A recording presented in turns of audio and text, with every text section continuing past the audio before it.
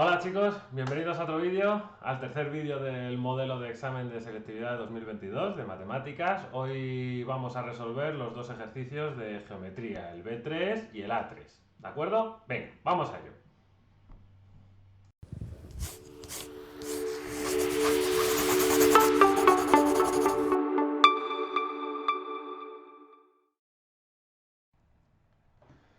Bien, bueno, pues aquí tenemos el primer ejercicio, el A3, que nos dice una sonda planetaria se lanza desde el punto P y sigue una trayectoria rectilínea que pasa por el punto Q, antes de impactar en una zona plana de la superficie del planeta, que tiene por ecuación, pues la ecuación de un plano. Se pide calcular las coordenadas del punto de impacto y el coseno del ángulo entre la trayectoria de la sonda y el vector normal al plano pi. Vale, bueno, básicamente esto es una película que nos cuentan para decirnos que es una recta que pasa por dos puntos y que corta un plano. Bueno, entonces lo que tenemos que hacer es hallar la ecuación de la recta y hallar la intersección de la recta con el plano. El problema de la geometría, ¿qué es lo que tiene? Que hay muchas formas de hacer los ejercicios de geometría, muchísimas. Yo ahora voy a hacerlo de una forma, seguramente en clase pues puede que coincida, puede que lo haya hecho diferente. ¿Está bien, está mal? No, todas son válidas. Y mientras quede el mismo resultado, da igual la forma que hagáis. Y en selectividad es igual. Mientras que os salga bien y tenga sentido, es indiferente. ¿De acuerdo? Venga, vamos a ello. Bueno, pues lo primero de todo en geometría es pintar. Hay que pintar, porque si uno no lo ve visualmente es muy difícil saber lo que uno tiene que hacer. ¿Y cómo se pinta? En tres dimensiones es más complicado, porque en dos dimensiones nosotros podíamos pintar los ejes y ya está, ¿no? Entonces, bueno, pues pintamos la recta que es, dando puntos o lo que sea. En tres dimensiones es más complicado pintar. Entonces yo recomiendo pintar de forma aleatoria, ¿vale? Es decir, un plano cualquiera y una recta cualquiera, por ejemplo. Y nosotros nos imaginamos que aquí, por ejemplo, está el punto P y aquí está el punto Q. ¿Vale? Entonces, ¿qué es lo que tenemos que hacer? Bueno, pues nosotros tenemos que hallar el punto de intersección, que lo voy a llamar I, para ser muy original. Bueno, pues lo primero es hallar la ecuación de la recta que vamos a llamar R. ¿Vale? Pues la ecuación de la recta, obviamente, pues hay que hallar primero el vector director, que el vector director será el PQ. Si hallamos el PQ, nos sale el 2, 1, menos 2. ¿Vale? Y ahora vamos a escribir la ecuación de la recta. Como sabéis, hay muchas ecuaciones de la recta. ¿Cuál vamos a usar? Yo os recomiendo siempre que haya que hacer intersección de una recta con un plano, y esto sale mucho en selectividad, siempre alguna intersección hay que hacer, yo os recomiendo que escribáis la recta en sus ecuaciones paramétricas y luego las paramétricas las metemos en la ecuación del plano. Repito, ¿es la única forma de hacer la intersección? No, hay más formas de hacer la intersección con las ecuaciones implícitas, pero en las ecuaciones implícitas hay que resolver un sistema de tres ecuaciones con tres incógnitas y es más largo. ¿Es más difícil? No, porque si sabéis discutir sistemas y método de Gauss, o Kramer incluso, pues bueno, perfecto. Pero es más cómodo de la forma paramétrica.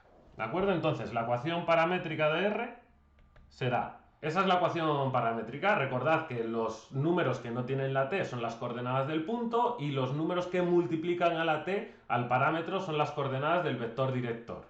Yo lo llamo t, a veces algunos profesores lo llaman lambda, el nombre del parámetro es indiferente. Y ahora nosotros esta recta, para hallar la intersección, metemos la x, la y y la z en la ecuación del plano.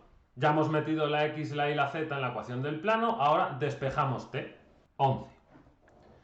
¿Vale? Ahora, para saber el punto, pues esa t la metemos en la recta y punto. Y eso es lo que nos sale al meter la t en la x, la y, la z. Si veis, 1 más 2t, pues 2 por 11, 22, más 1, 23. 1 por t, 11 en la coordenada y, en la coordenada z, 2 menos 22 menos 20. Ya está el punto de intersección, sin más. Otra parte del apartado nos decía que había que calcular el coseno del ángulo de la trayectoria con el vector normal al plano. Bueno, pues sabemos que el vector normal al plano siempre son los coeficientes de la x, la y y la z. Es decir, ese es el vector normal. Hay que hallar, vamos al dibujito, el coseno del ángulo que forma la trayectoria con el vector normal. El vector normal al plano es este de aquí que estoy pintando. ¿Vale? Pues lo que tenemos que hallar es el coseno de esto de aquí. Vamos a llamarlo alfa, por ejemplo. ¿Vale? Entonces, Básicamente, el coseno de alfa es, recordar la formulita del producto escalar. El producto escalar de un vector por el otro partido de los módulos. ¿Vale? Es decir, que el ángulo alfa va a ser el ángulo que forma el vector PQ con el vector normal. Es decir, 2, 1 menos 2 es el vector PQ, 2 menos 1, 2 es el vector normal partido de los módulos, que casualmente valen lo mismo. Recordad que el coseno, siempre esto va con valor absoluto. ¿Vale? Entonces con el valor absoluto nos va a quedar 1 partido de 9. Ya está hecha la primera parte. Vamos al siguiente apartado. Sabiendo que la alarma de proximidad se dispara antes de llegar a la superficie cuando la distancia al planeta es 1, determinar en qué punto estará la sonda al sonar la alarma. Vamos a dibujar otra vez. Este es el plano pi, esa es la trayectoria de la sonda que nos dicen. Y dicen que la alarma se dispara cuando está a 1 de distancia de la superficie terrestre. A 1 de distancia es como si nos dicen que corta a un plano que está a 1 de distancia de la superficie terrestre. Es decir, cuando corte a este plano aquí, por ejemplo. Entonces, ¿cuál es el objetivo de esto? Tenemos que hallar la ecuación de ese plano. Y una vez que hallemos la ecuación de ese plano, hallamos la intersección igual que hemos hecho arriba. ¿Cuál es el problema? Que nosotros al hallar la ecuación de ese plano, también nos va a salir la ecuación de este plano de abajo. Claro, nosotros tenemos que saber qué plano es el que está por encima, porque la sonda viene desde el punto P para abajo. ¿Vale? Entonces, si no sabemos cuál es el plano, puede que estemos hallando este punto, vamos a llamarlo I1, ¿vale? O el punto de aquí abajo, que va a ser I2. Pero claro, ese I2 ya está por debajo de la superficie terrestre, entonces tenemos que saber cuál es, ¿de acuerdo? Bien, bueno, pues vamos a hallar esos planos. Como nos dicen que está a 1 de distancia, la distancia del hipotético I1, que no sabemos cuál es, al plano, tiene que ser 1. ¿Y cómo es la distancia de un punto a un plano? Pues son las coordenadas del punto. ¿Sabemos cuáles son? No, pues X y Z. Y esto tiene que ser 1. ¿Vale? Entonces, aquí nos salen, como tenemos el valor absoluto, nos salen dos soluciones. Por un lado va a ser, y por otro lado, porque lo dentro puede valer tanto 3 como menos 3. Entonces ahí es donde está la disyuntiva. ¿Qué plano es el que nos interesa? Hay muchas formas de hacerlo, insisto. Yo lo voy a hacer ahora de una forma, a lo mejor mañana, pues luego si queréis lo hago de otra, como queráis. Vamos a hallar la intersección de la recta, de la misma recta que teníamos en el apartado A, con los dos planos. Este lo voy a llamar 1 y este le llamo 2. Metemos la ecuación de la recta en la ecuación del plano. Tenemos eso de ahí, hemos metido en la X, en la Y y en la Z las ecuaciones paramétricas de la recta y queda igualado a menos 2, porque ese 5 que está ahí pasa al otro lado restando, ¿de acuerdo? Sacamos T, nos sale 8. Vamos a hacer lo mismo con el segundo plano. Aquí vemos que en el segundo plano, después de meter la X, la Y y la Z, está igualado a menos 8, porque claro, como a la derecha está el menos 3, pues 5 menos, el 5 pasa restando, menos 3 menos 5, menos 8. Sacamos la T aquí y nos queda 14. ¿Cuál es el plano que nos interesa? Bueno, pues tened en cuenta que la T es el tiempo que pasa desde que parte de un punto. Si T vale 0, la sonda está en el punto P, ¿vale? En el momento que va pasando el tiempo, T1, T2, T3, T4, pues va avanzando más. ¿A qué plano creéis que debería llegar antes? Al plano que llega antes, obviamente, es el plano que nos interesa, porque es el que está por encima y es el que está antes de la superficie terrestre. Es decir, que al plano que llega antes es el punto que estamos buscando. ¿Cuál es el plano al que llega antes? Pues al que ha pasado menos tiempo. Si en el plano 1 nos sale t igual a 8 y en el plano 2 nos sale t igual a 14, suponiendo que estos son segundos, pues obviamente para llegar al primero tarda 8 segundos y para llegar al segundo tarda 14 segundos. Pues el que nos interesa es este de aquí. ¿De acuerdo? Igual, para obtener el punto que nos piden, metemos la t en la ecuación de la recta y nos queda 17, 8 menos 14. ¿De acuerdo? Este ejercicio ya está. Vamos al siguiente. Aquí tenemos el B3, nos dice, aquí ya no nos cuentan ninguna película, básicamente, nos dan los planos. Dados los planos pi1, pi2 y un punto. Se pide A, comprobar que pi1 y pi2 son perpendiculares. Una pista muy importante. Básicamente cuando nos dicen comprobar que, es que realmente son perpendiculares. Así que si hacéis cualquier operación y no salen perpendiculares, huele a chamusquina, ¿vale? Algo mal habéis hecho. Vamos a ponernos en el caso de que son perpendiculares. Bueno, pues vamos a pintar dos planos perpendiculares. Ahí tenemos dos planos perpendiculares. Entonces, tenemos que pensar. Para que los dos planos sean perpendiculares, ¿qué se tiene que cumplir? El vector normal de pi1 es este de aquí, n1. Y el vector normal de pi2 es este de aquí. Que para que dos planos sean perpendiculares, sus vectores normales también tienen que ser perpendiculares. ¿Y qué condición tienen que cumplir dos vectores perpendiculares? Que el producto escalar tiene que ser 0. Y escribimos esa pequeña frase. En geometría se agradece mucho que escribáis frases, qué estáis haciendo y por qué lo estáis haciendo, ¿de acuerdo? Entonces siempre se agradece mucho a la hora de corregir ese tipo de pistas, comentarios que ayudan mucho obviamente al corrector, ¿vale? Producto escalar, simple, ¿vale? El producto escalar de los dos vectores perpendiculares. Que no he puesto las flechitas. Vale, pues ahí lo tenemos. Ya sabéis, como he comentado antes, que son los coeficientes de las variables, de x y de z, de cada uno. Entonces, si operamos esto, nos queda 3 más 0 menos 3 igual a 0. Así que queda demostrado. Punto. Ya esto ya en medio puntillo. ¿De acuerdo? Vamos al ver.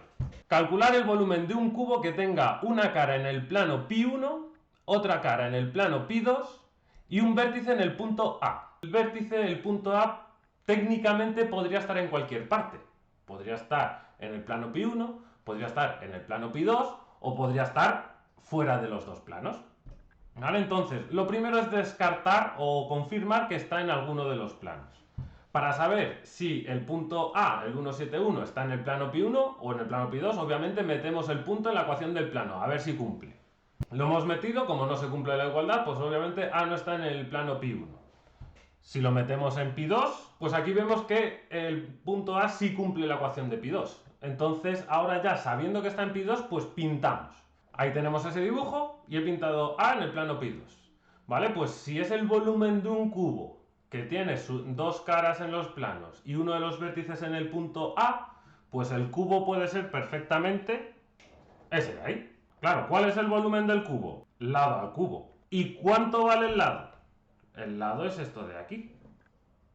Y si pensamos y vemos el dibujo, para que veáis lo importante que es el dibujo, ese lado L coincide con la distancia que hay del punto A al plano pi1.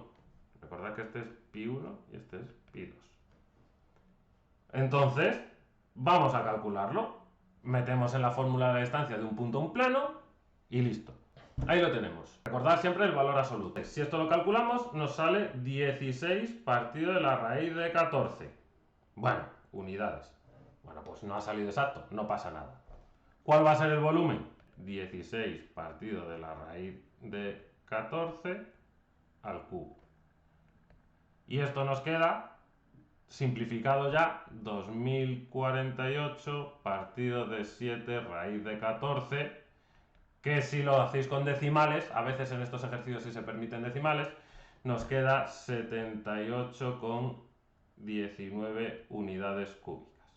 Entonces este ejercicio parece que es muy complejo, ¿vale? Pero luego veis que tampoco es tan largo. En el fondo, ¿qué operaciones hemos hecho? Pues hemos comprobado a ver si A estaba en alguno de los planos, y una vez que lo hemos comprobado, pues en el fondo hemos hecho la distancia de un punto a un plano, sabiendo que esa distancia es el lado del cubo, y elevarlo al cubo.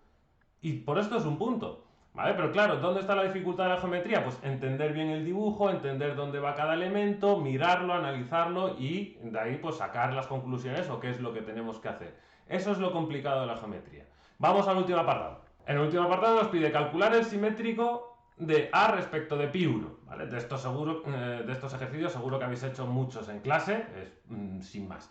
Entonces, lo que tenemos que hacer para calcular el simétrico de un punto respecto a un plano, tenemos que calcular la recta perpendicular al plano el que pasa por el punto, con eso sacamos el punto de intersección y luego ese punto de intersección es el punto medio.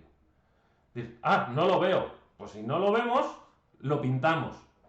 Aquí tenemos el dibujo. Obviamente, como de pi2 no nos habla, pues no lo he pintado. ¿Y qué tenemos que hacer? Pues tenemos que calcular el simétrico de A, que este pues corta aquí, y a lo mejor el simétrico de A pues está aquí. A'. Eso es lo que tenemos que hallar. Bueno, pues primero vamos a ello. Aquí tenemos la recta. Igual, he usado las ecuaciones paramétricas. ¿Por qué? Porque yo ahora esa recta la voy a tener que cortar con pi1. Entonces, como voy a tener que hacer una intersección, como os he dicho antes, es mucho mejor manejar las ecuaciones paramétricas. Pero si alguno quiere calcular las ecuaciones implícitas y resolver el sistema de 3 ecuaciones con 3 incógnitas, adelante, sentiros libres para ello, ¿de acuerdo? Igual, vemos que los números que no tienen la t, pues 1, 7, 1 son las coordenadas del punto A y los coeficientes de la t son el vector director de la recta, que en este caso, como la recta es perpendicular a pi1, es el vector perpendicular a pi1, el normal a pi1, que es el 1 menos 2, 3. Entonces, ahora esta recta, la x, la y y la z, la metemos en pi1 y tenemos lo siguiente. 1 más t en la x, menos 2 por la y, más 3 por la z, igual a 6. Despejamos la t, igual que hemos hecho antes. Nos queda 16 partido de 14, que lo simplificamos, nos queda 8 partido de 7. Y con esto hallamos el punto de intersección, que el punto de intersección lo voy a marcar aquí como M. ¿Y por qué lo llamo M? Porque M va a ser el punto medio entre A y A' y lo usaremos para sacar las coordenadas de A'. Metiendo la t en la recta tenemos las coordenadas de M. Ahí lo tenemos. 15 partido de 7, 33 partido de 7 y 31 partido de 7. Ahora, como ese es el punto medio, pues 15 partido de 7 será a la coordenada x del A' más la coordenada x del A partido de 2. Para la coordenada y igual, y para la z. Y de aquí despejamos x' y z'. Ya lo hemos despejado, así que lo metemos en el punto. Ahí tenemos la solución. A', pues 23 partido de 7, 17 partido de 7 y 55 partido de 7. ¿Vale? Esta vez no ha quedado exacto, pero bueno, no todo tiene por qué quedar con soluciones exactas, ni muchísimo menos. ¿De acuerdo? Bien, bueno, pues hasta aquí el vídeo de hoy y ya nos queda otro vídeo más para resolver los ejercicios de probabilidad y estadística. Bien, espero que os hayáis enterado y nos vemos en el siguiente vídeo. ¡Hasta luego!